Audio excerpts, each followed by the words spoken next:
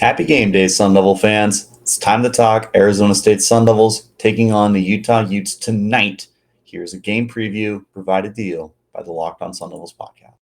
Are Locked On Sun Devils, your daily podcast on the Arizona State Sun Devils, part of the Locked On Podcast Network, your team every day.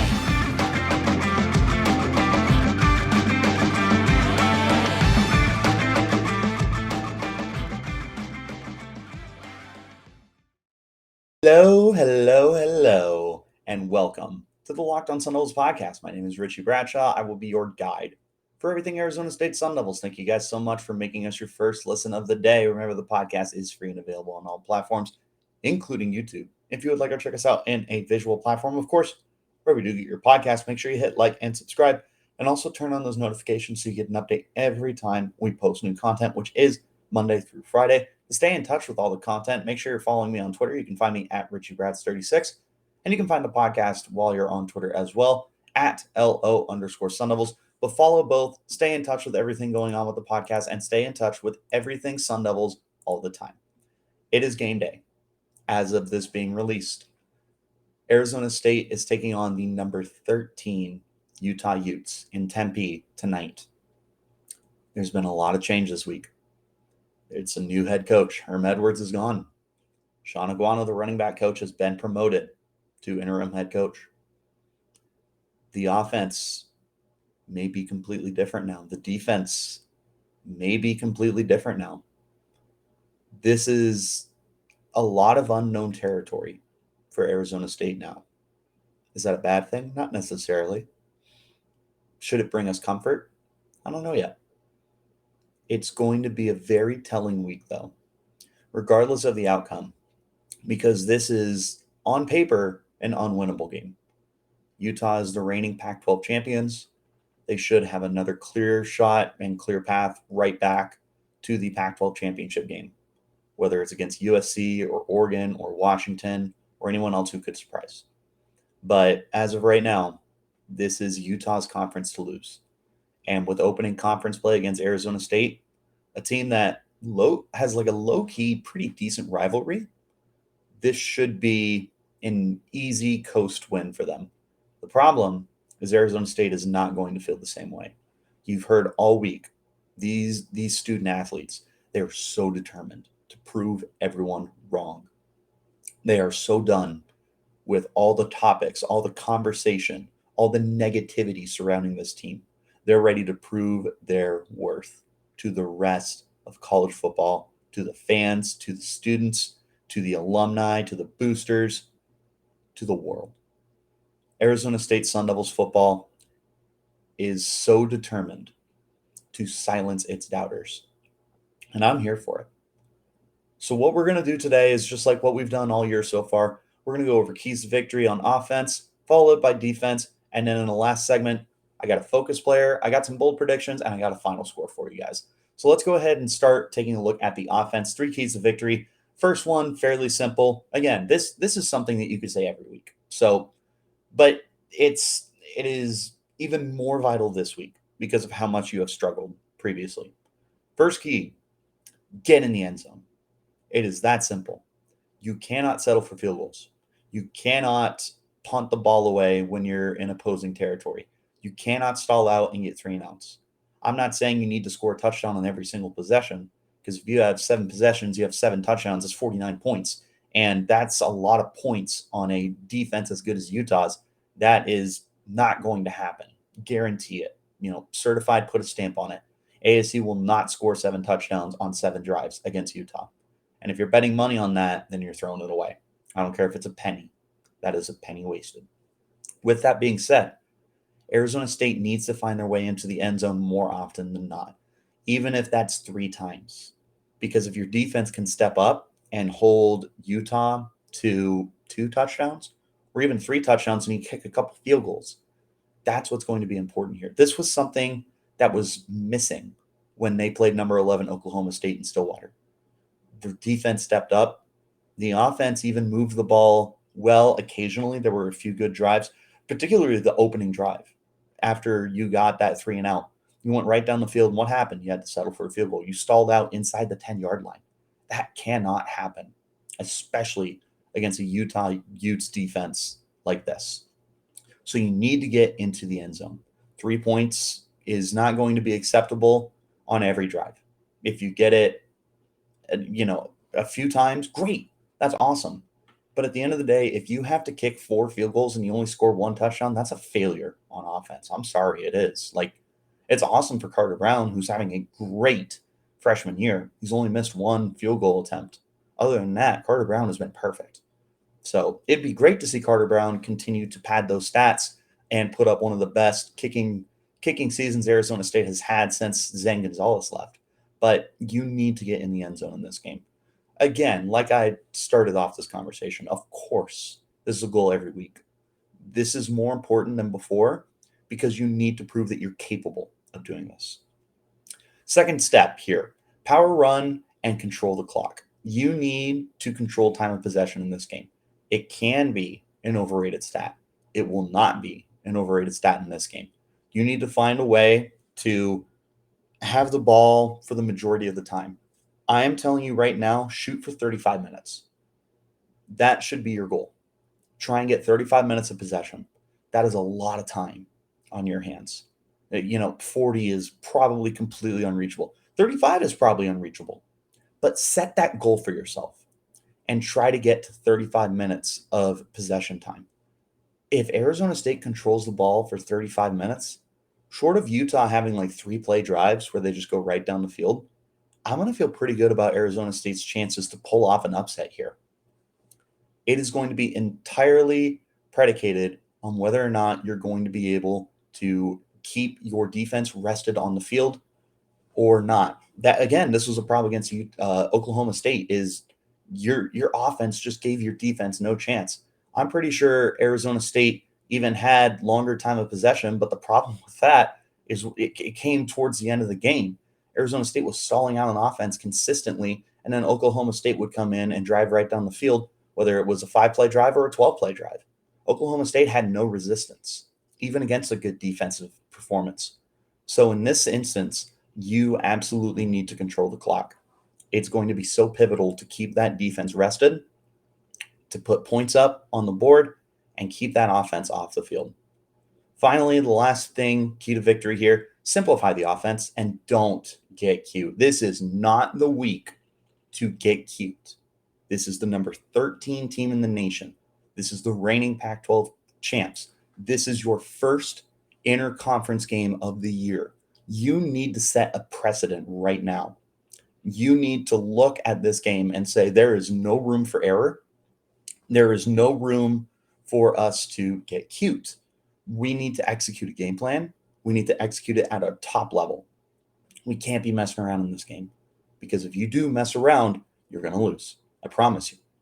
You try and get cute against a defense as stout and as smart as this one, not going to go well for you.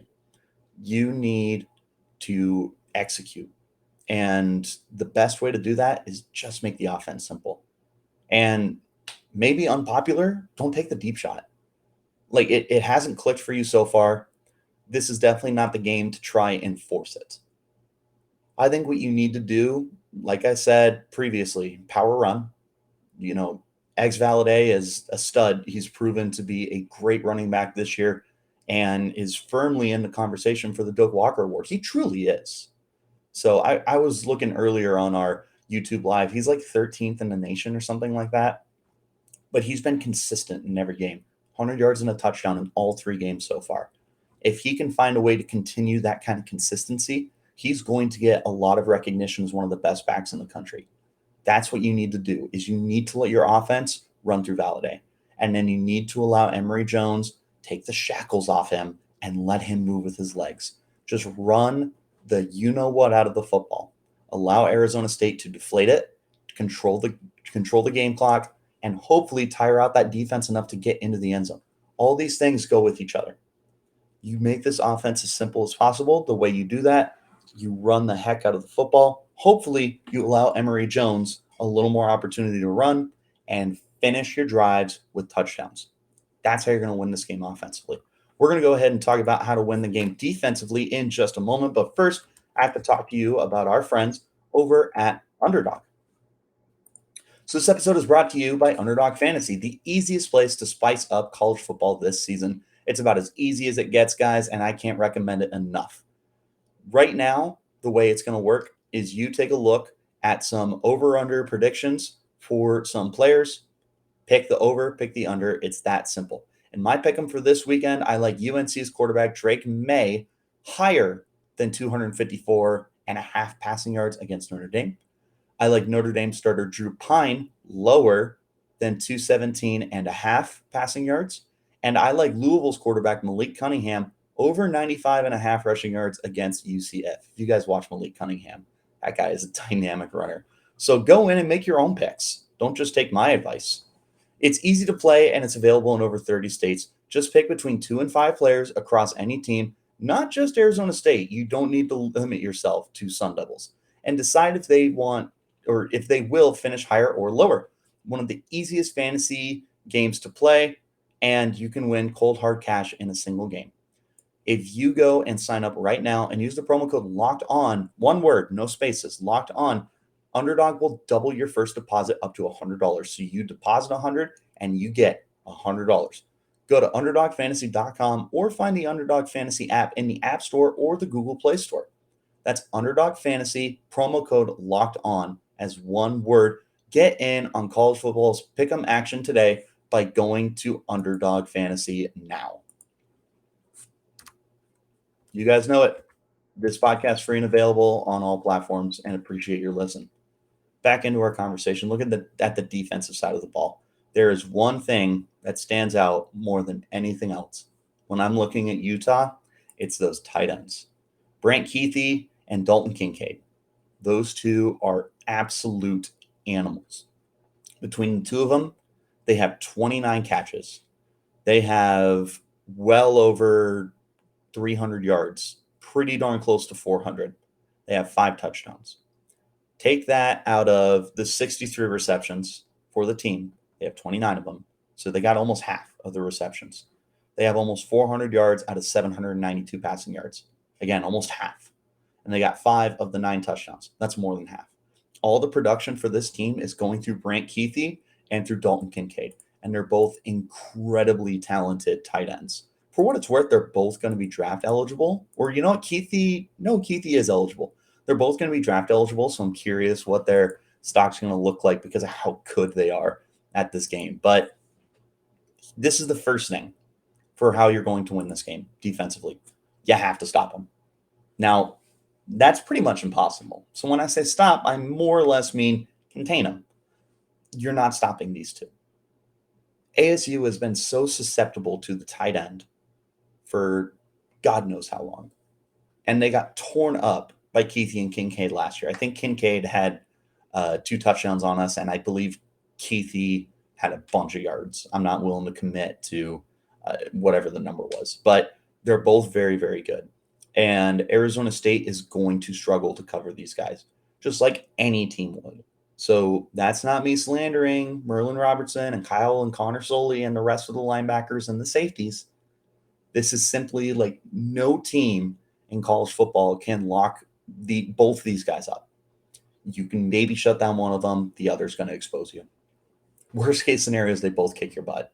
And that's what you cannot afford. You cannot let these tight ends take advantage of you, because if they do, this offense can get explosive very quickly and the game can get out of hand very, very fast. Cameron Rising is a great, great quarterback, and he knows how to use his tight ends better than anyone else in the country. If you allow Kincaid and Keithy the opportunity to be the explosive weapons they are, this game is over. You just simply cannot stop them. So you need to find a way to at least slow them down, maybe take one of them out of the game. I feel like that would be an awesome scenario. If you can eliminate one of them and try and key in on, I don't know, just kind of slowing down the other one. Second thing you need to do, you need to find a way to keep Utah as a one-dimensional offense. The first way you do that is to take away Keithy or Kincaid. That's a good start. I don't know if I trust the rest of their offense. Their second leading receiver is Devon Ville. I think it's Veal. 8 catches, 112 yards, 2 touchdowns. He's our number one receiver. Not the biggest kid. No, just kidding. He is the biggest kid in the world. 6'5", 205 pounds. He's not going to be easy to slow down. But if you're able to take away the tight end and kind of force the issue on him, I like your chances. Because again, he's only got 8 catches. He hasn't eclipsed 38 yards in any game this year, and both his touchdowns came against San Diego State last week. So there is an opportunity here to kind of limit their passing game. The thing I'm worried about, and what we're going to talk about more later, is Tavion Thomas, the running back.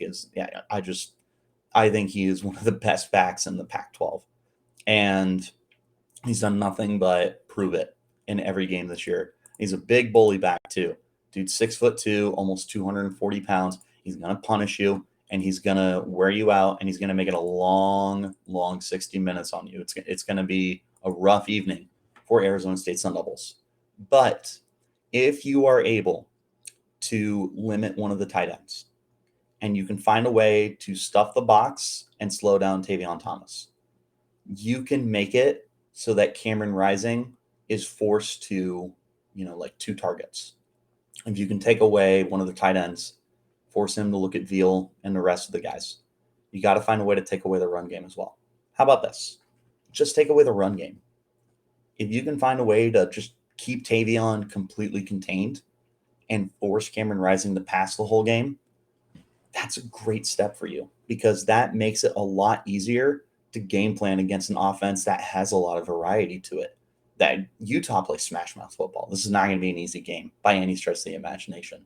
But if you can find a way to limit them to just one side of the football, that would be awesome.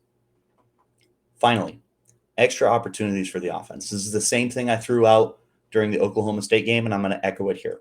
This does not have to be turnovers. Obviously, we want turnovers, but this is just as good with 3 and outs or short drives and flipping field position. That should be your goal here. Even if you're limiting Utah to field goals, I guess that's not the worst thing in the world. Obviously, you'll take field goals over touchdowns.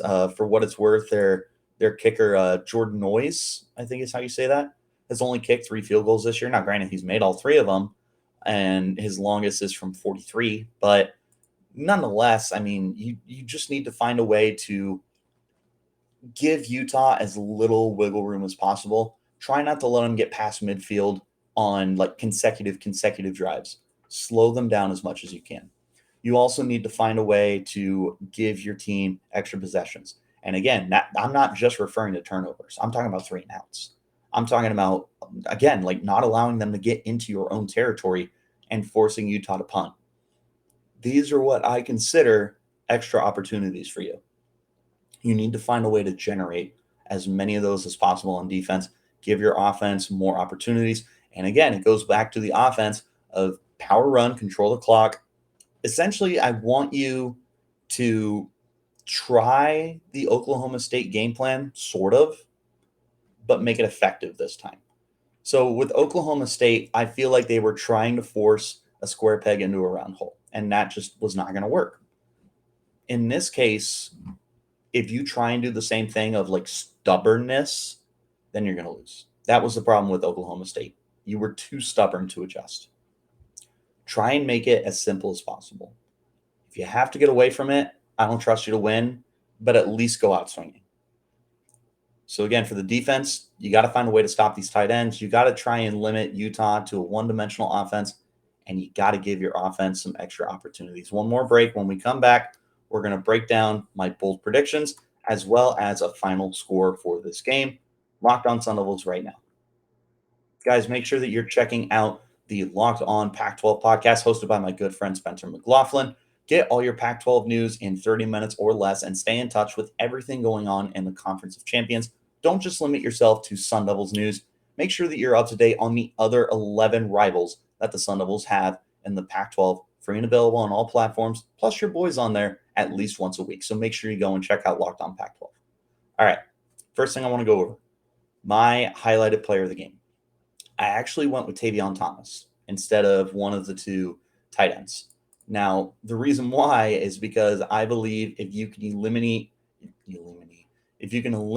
Tavion from the offense, you have a pretty nice chance here of being able to kind of dictate the game and figure out how you want to attack for the remainder of it. I think that eliminating Tavion will force Oregon's hand into throwing the football a lot. And while, yes, they can absolutely throw the football, they definitely prefer to run it. They've got 119 carries on the ground compared to 91 pass attempts. So they have almost 30 more rushing attempts compared to passing attempts. And again, Cameron Rising, outstanding quarterback. And I don't know if he's going to make any mistakes in this game. But if you can find a way to really force the issue of making Utah have to solely rely on the pass, I do like your chances a little bit more.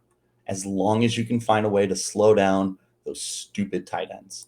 So key in on Tavion, just take him completely out of their game plan, make it so that they have to rely on the pass.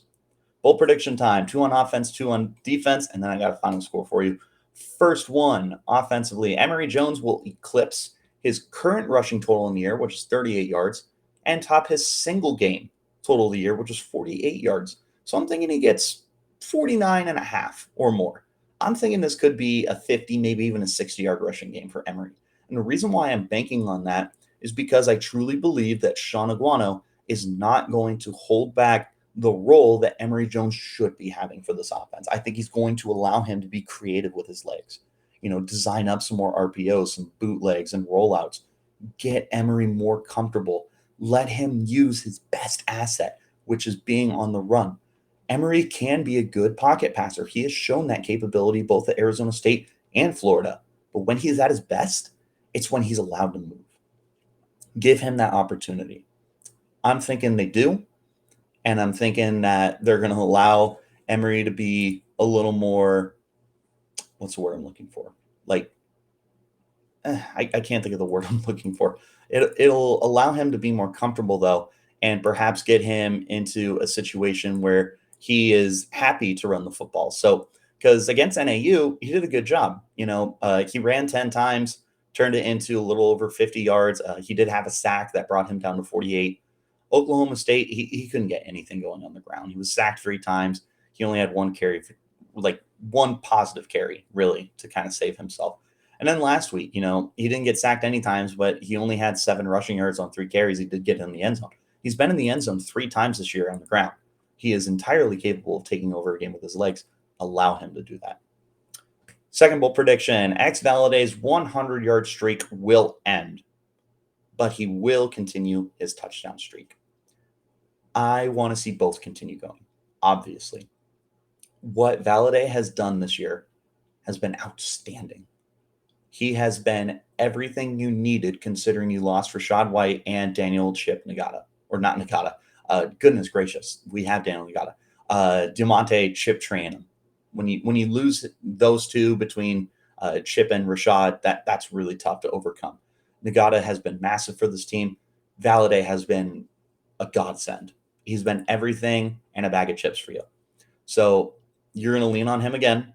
He is once again going to be a guy who's going to get pretty close to 20 touches on the game. His low was 15 carries against NAU, and I mean, he still killed it. He had 21 carries against Oklahoma State, and last week he had 19 total touches, 16 rushing, 3 receiving against Eastern Michigan. You got to give him a similar workload. If you do that, I like your chances to be able to be productive.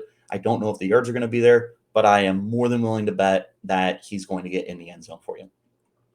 Defensively, the turnover streak extends with an interception off Cameron Rising. I think the ASU secondary has just played so well this year.